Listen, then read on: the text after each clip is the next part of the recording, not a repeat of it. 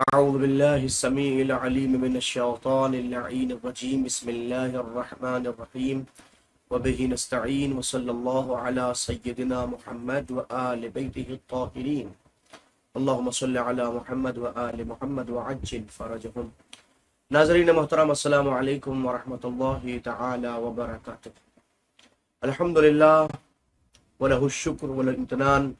اس پروردگار کا عظیم ترین احسان ہے کہ جس نے ہمیں اپنی گوناگون نعمتوں سے نوازا. اس کی ہر نعمت یقیناً اس قابل ہے کہ اس کے اوپر ہزارہا شکر کیا جائے. انسان شکر کرتے کرتے تھک سکتا ہے مگر اس کی کسی ایک نعمت کا بھی شکر ادا نہیں کر سکتا. اللہ کا لاکھ لاکھ شکر اس حوالے سے کہ قرآن مجید کی 26 آیتوں سے متعلق ہم نے جس گفتگو کو شروع کیا تھا، آج اس سلسلے کی آخری گفتگو ہے، اور اس سلسلے میں ہم نے 24 آیتوں کو آپ حضرات کی خدمت اقدس میں پیش کر دیا. آج 2 آیتیں یکے بعد دیگرے آپ کی خدمت اقدس میں پیش کی جائے گی. سورہ مبارکہ بقرہ سے شروع ہونے والی گفتگو آج الحمدللہ آپ حضرات کی خدمت اقدس میں سورہ فتح اور سورہ تحریم تک پہنچ چکی ہے.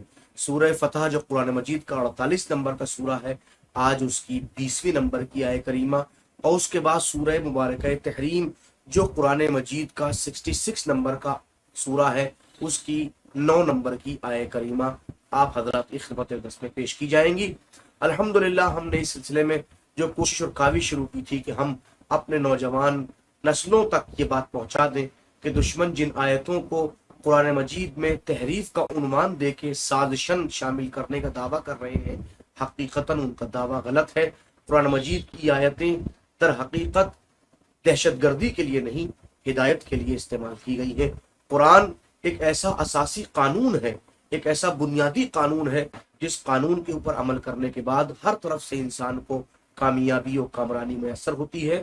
اور یہ قرآن صرف اور صرف ذاتی فائدے کے لیے ہی کام نہیں کرتا، بلکہ اجتماعی، قومی، تہذیبی، سماجی فائدے کے لیے بھی مکمل طور پہ ویسے ہی دستور دیتا ہے جیسے ذاتی فوائد کے لیے دستور دیا کرتا ہے. الحمدللہ آپ حضرات کی حوصلہ افزائی ہمارے لیے یقیناً لائق شکریہ ہے. آپ مسلسل ہماری گفتگو کو سماعت فرماتے رہے، دیکھتے رہے ہمارے ویڈیوز کو، اور صرف خود ہی نہیں دیکھا بلکہ اور دوسرے افراد تک بھی آپ نے ہمارے ویڈیوز کو شیئر کیا. اس کے لیے ہم دل کی گہرائیوں سے آپ کا شکریہ ادا کرتے ہیں. آئیے گفتگو آمدم برسر مطلب سورہ مبارکہ فتح کی آیت نمبر 20 گفتگو شروع کر رہا ہوں. ارشاد ہوتا ہے وعدکم اللہ مغانم کثیرۃ تأخذونها فعجل لكم هذه وكف أيدي الناس عنكم ولتكون آية للمؤمنين ويهديكم صراطا مستقيما. جیسے کہ ہمیشہ کی دستور ہے، دشمن کا وہ کبھی آیت کو پورا نہیں پڑھتا، وہ ہمیشہ آیہ کریمہ کو ایک ٹکڑے کی شکل میں اٹھاتا ہے تاکہ دنیا کے سامنے واضح کر سکے کہ قرآن مجید دہشت گردی کی تعلیم دیتا ہے. یہاں بھی اس آیہ کریمہ کو میں نے پورا پڑھا ہے، وہاں پورا نہیں پڑھا گیا ہے. وہاں سے اتنا کہا کہ وعدکم اللہ، اللہ نے تم سے وعدہ کیا ہے. کس کا؟ مغانم کثیرہ، بہت ساری غنیمتوں کا، بہت ساری غنیمتوں کا. تأخذونہا، جس کو تم حاصل کرو گے. بس کتنے ٹکڑا لے لیا. اور جیسا کہ میں نے خدمت میں عرض کیا تھا، اس سلسلے میں اس حوالے سے اگر آپ دیکھنا چاہتے ہیں تو تفصیل کسی حد تک ہم نے عرض کی تھی. سورہ مبارکہ انفال کی آیت نمبر 69 کے تحت اپنی 13 نمبر کی ویڈیو کو اٹھا کے دیکھیے آپ. ہماری جو اس پورے سیریز کے اندر، اس پورے پلے لسٹ میں آئیے قرآن سمجھے 13 نمبر کی پوری ویڈیو کو اٹھا کے دیکھیے. وہاں پہ ہم نے اس سلسلے میں عرض کیا ہے لفظ غنیمت کا ترجمہ دشمن نے لوٹ مار کر دیا. وہ یہ کہتے ہیں کہ اللہ تم سے وعدہ کرتا ہے کہ تم بہت سا لوٹ مار کرو گے، بہت جگہ لوٹ کے مال لے کے آؤ گے، یہ تم لوٹو گے. تو لوٹنے کا تذکرہ کیا گیا ہے. معاف کیجیے گا، آپ عربی زبان کو نہیں جانتے، آپ کو پتہ ہی نہیں ہے کہ مال غنیمت کسے کہتے ہیں، مال غنیمت کا عنوان کیا ہے، مال غنیمت کسے کہا جاتا ہے. آپ کو اس بات کا علم نہیں ہے. تو جب علم ہی نہیں ہے آپ کو، یعنی اب یہ کہنے کی ضرورت ہی کیا ہے اس بات کے اوپر کہ جناب علی یہ غنیمت کا مال اس طرح کا ہے اور یہاں پہ یہ بات کہی گئی ہے اور اس طرح کا مرحلہ پیدا کیا گیا ہے. نہیں، آپ غنیمت کا ترجمہ ہی نہیں کر رہے، آپ غنیمت ہی کو نہیں سمجھ رہے، آپ نے غنیمت کو سمجھا ہی نہیں ہے. اگر آپ غنیمت کو سمجھے ہوتے تو یہ بات معلوم ہو جاتی. پہلی بات یاد رکھیں، قرآن کبھی بھی